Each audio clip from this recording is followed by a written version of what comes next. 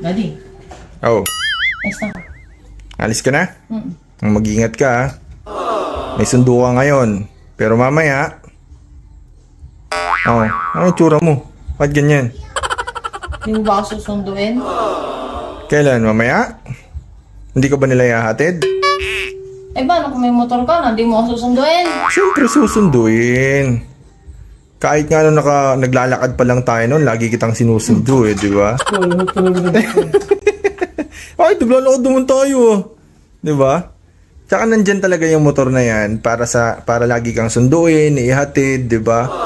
Pag umuulan naman, dapat nakakotse tayo. Ano ba silbi ng mga sasakyan kung hindi gagamitin sa atin, di ba? Hindi gagamitin sa'yo. Dapat lagi kang safe. Di ba? Kung saan ka man pupunta, pag wala kang sundo, o di, ako bahala sa'yo, di ba? Ngayon, kung susundin ka naman ng mga kaibigan mo, di ba? At least alam kong safe ka. O ano? Di ba? Basta send location lang.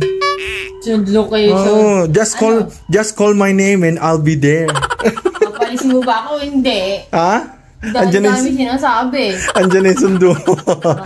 Pero at least alam mo, di ba, na lagi akong available para sa'yo, di ba? Just call my name and I'll be there.